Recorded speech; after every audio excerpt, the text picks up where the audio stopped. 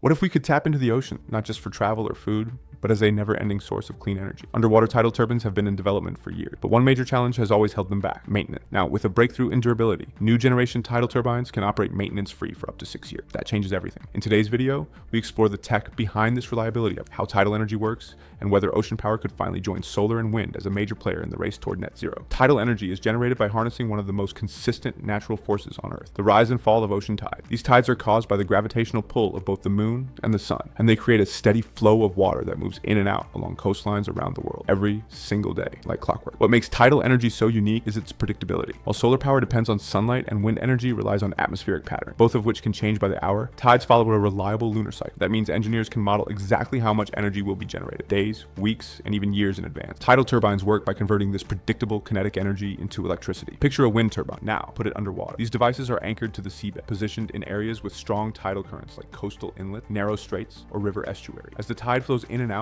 the water pushes against the turbine blades, spinning them, just like wind, to turn a rotor connected to an electrical generator. One of the biggest advantages of tidal power is energy density. Water is around 800 times denser than air, so even a slow-moving current can produce a substantial amount of torque. In other words, tidal turbines can generate more electricity at lower speeds compared to wind turbines, using less space and smaller infrastructure. But there's a catch.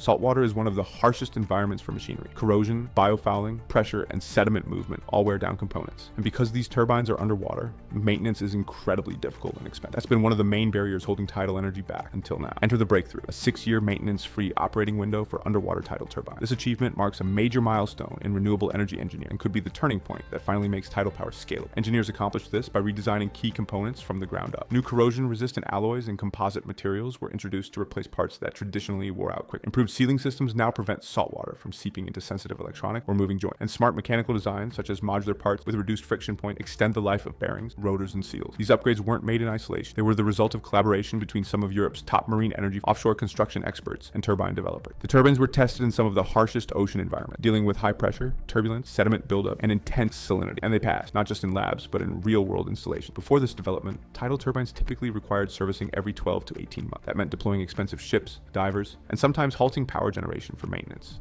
A huge cost, both in dollars and downtime. As a result, many promising projects stalled at the pilot stage due to logistics and financial risk. But now, with maintenance cycles extended to 6 years, the economics have shifted. Turbines can be deployed and largely left alone, drastically reducing operational costs. This makes it possible to install more turbines over wider areas without needing massive maintenance budgets or frequent offshore work. For the first time, tidal power is beginning to make sense as a long-term utility-scale solution. So how does tidal energy really compare to solar and wind, the dominant forces in today's renewable energy market? Solar and wind are currently cheaper and more widely deployed, but both come with a serious limitation: intermittency. Solar panels only generate electricity when the sun is out. Wind turbines only work when the wind is blowing within a specific speed range. This makes both energy sources unpredictable and inconsistent without some form of backup system. To stabilize energy from solar and wind, utilities have to invest heavily in grid-scale battery storage, fossil fuel backup, or complex energy management. That adds cost, complexity, and in some cases, emissions. Tidal energy doesn't have that problem. It's governed by the gravitational pull of the moon, which creates predictable tidal cycles that repeat day after day. That predictability allows grid operators to plan energy generation with clockwork accuracy, eliminating the guesswork that comes with wind gusts or cloudy skies. It's also surprisingly efficient. Thanks to the density of water, tidal turbines can generate significant amounts of power, even at lower flow speed. A single tidal turbine can produce as much electricity as multiple land-based wind turbines, depending on current strength and turbine size. This allows for compact, high-yield installations with a much smaller environmental footprint. The challenge, of course, is cost. Installing turbines underwater is still more expensive than mounting solar panels on a rooftop. And tidal turbines can only be deployed in specific coastal areas with strong, steady current. But with the recent 6-year durability breakthrough, the economics are starting to shift. Maintenance used to be one of the biggest ongoing costs. Now that turbines can run longer without service, the return on investment is improving significantly. That moves tidal energy from the category of promising experiment to viable utility-grade technology. Tidal energy isn't just an engineering achievement. It's a potential lifeline for coastal nations, island community, and any region looking for reliable, local, clean energy. Countries with strong tidal resources, United Kingdom, Canada, South Korea, and France, are already leading the charge. These regions have fast-moving coastal currents, ideal seabed conditions, and government-backed initiatives supporting tidal tech development. One standout example is Scotland,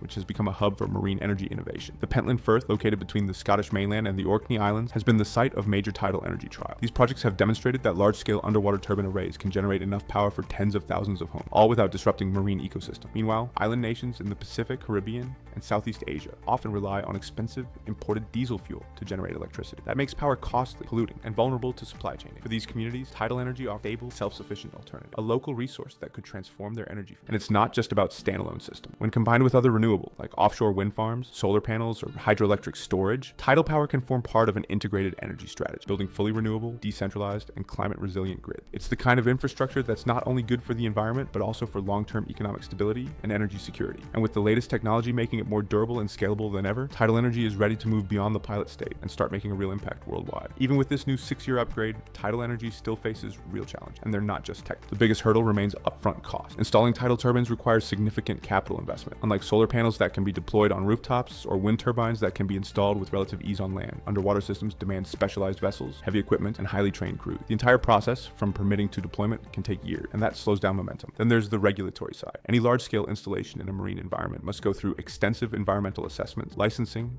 and community consultation. That adds another layer of time and complexity. Governments want to support clean energy, but they also have to protect marine ecosystems and fishing zones. Speaking of the environment, some critics worry about the impact on aquatic life. What happens when spinning blades are placed in natural habitat? So far, early studies show that marine animals tend to avoid the turbines, and smart design can minimize disruption. Long-term monitoring is needed to ensure ecosystems remain intact. Another limitation is geographic scalability. Tidal power only works in areas with reliable, high-speed currents and appropriate seabed conditions. That means it can't be deployed just anywhere. By contrast, solar panels can be installed in virtually every country on Earth. This geographical limitation makes tidal energy more of a regional solution than a global one, at least for now. But progress is being made. As materials get cheaper, sensors become smarter, and maintenance-free designs become the norm, the path forward is becoming clearer. Tidal energy may never replace solar or wind, but it doesn't have to. It can complement them, filling in gaps where other renewables fall short. And now, for the first time, it's doing that in a way that's financially realistic and technically reliable. For centuries, we feared the ocean's power, its storm, its unpredictability, its destructive force. But today, we're learning to harness that same power with precision